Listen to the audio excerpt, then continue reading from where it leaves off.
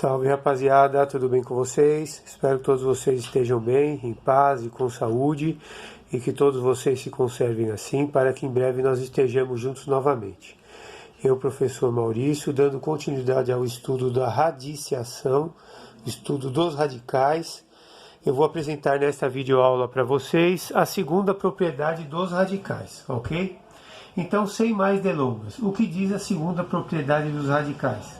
A segunda propriedade dos radicais diz o seguinte: quando multiplicamos ou dividimos o índice e o expoente do radicando pelo mesmo número ou pelo mesmo fator, a raiz não sofre alteração, desde que n, p e q sejam pertencentes ao conjunto dos números naturais maiores do que 1 e que seja divisor de n e n.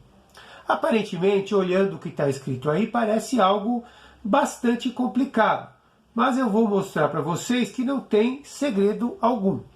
Então vamos pegar, por exemplo, uma raiz aqui, ó. Vamos escrever, por exemplo, a raiz quadrada de 5 elevado ao cubo. Como que eu sei que esta raiz é uma raiz quadrada? Porque já vimos anteriormente que quando não aparece o índice da raiz, significa que esse índice vale 2. Então, é uma raiz quadrada. Então, este é o símbolo da raiz, que é chamado de radical. Este é o índice da raiz. Este aqui é o 5, é o radicando. E o 3 é o expoente do radicando. Então, na multiplicação, qual é a regrinha? Qual é a propriedade? O que diz a propriedade? Que se eu multiplicar tanto o índice quanto o expoente do radicando pelo mesmo número, o valor ou o resultado da raiz não vai alterar. Por exemplo, suponha que eu queira multiplicar o 2 e o 3 pelo mesmo número. Que número? Qualquer número. Desde que ele seja pertencente ao conjunto dos números naturais e maiores do que 1. Quais são os números naturais? Qual é o conjunto dos números naturais? 0, 1, 2, 3, 4, 5, 6, até o infinito. Só que tem que ser natural maior do que 1. Então, neste caso, o conjunto dos números naturais maiores do que 1 ficaria a partir do 2. 2, 3, 4, 5, até o infinito. Certo? Então, suponha que eu queira multiplicar tanto o 2 quanto o 3 por 5. Então, como que vai ficar? Vai ficar raiz, 2 vezes 5, 10, e 3 vezes 5, 15. Ou seja, raiz quadrada de 5 elevado ao cubo é a mesma coisa que raiz décima de 5 elevado à 15ª potência. Ok?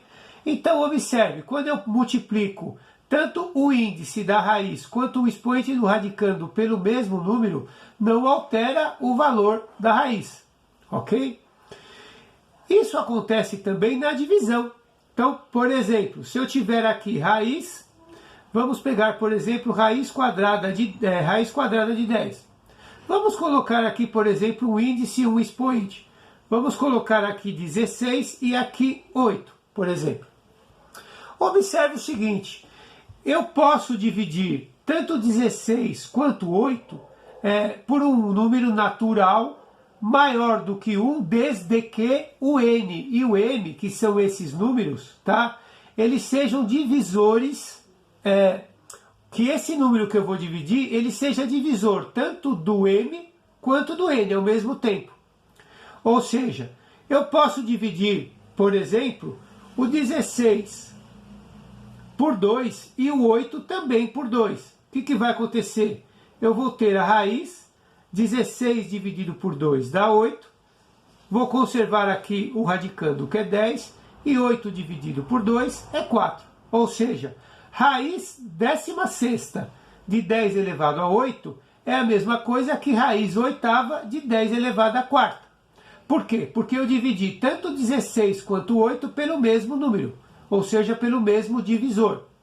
Eu poderia ainda fazer o seguinte: observe, eu tenho raiz com o índice 16 de 10 elevado a 8.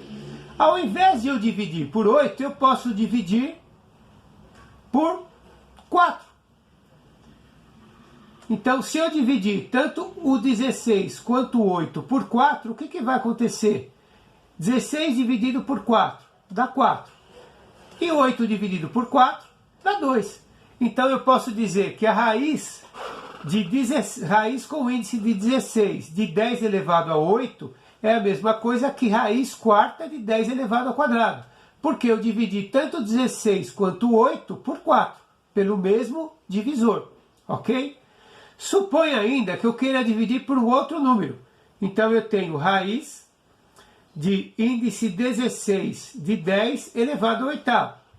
Veja que eu posso ainda dividir tanto 16 quanto o 8 por 8.